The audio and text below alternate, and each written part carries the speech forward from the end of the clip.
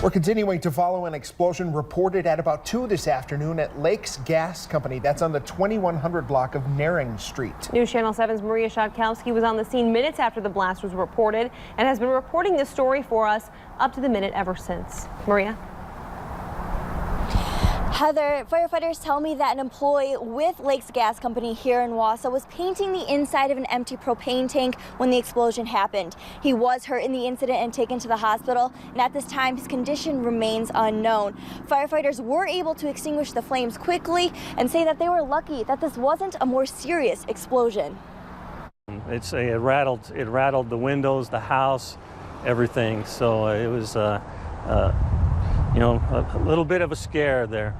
Just after 2 Friday afternoon, an explosion destroyed a building at Lakes Gas in Wausau. I went for a walk closer to the explosion once I was pretty sure there wasn't going to be a second one.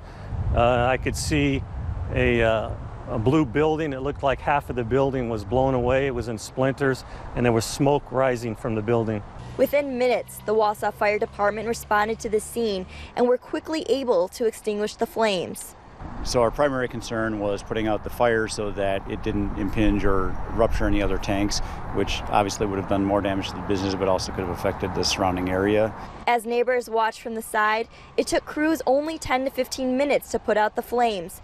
Luckily, the explosion wasn't worse. So we were fortunate in that the tanks were mostly empty, and so there wasn't necessarily a lot of fuel to the fire.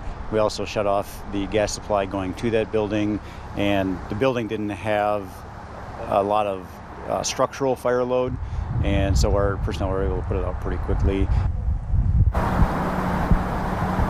Now, the employee that was injured in the explosion was the only person in the building at that time. There was one other employee here at the time on scene, but he was not involved in the explosion. Reporting live in Marathon County, Maria Schatkowski, News Channel 7.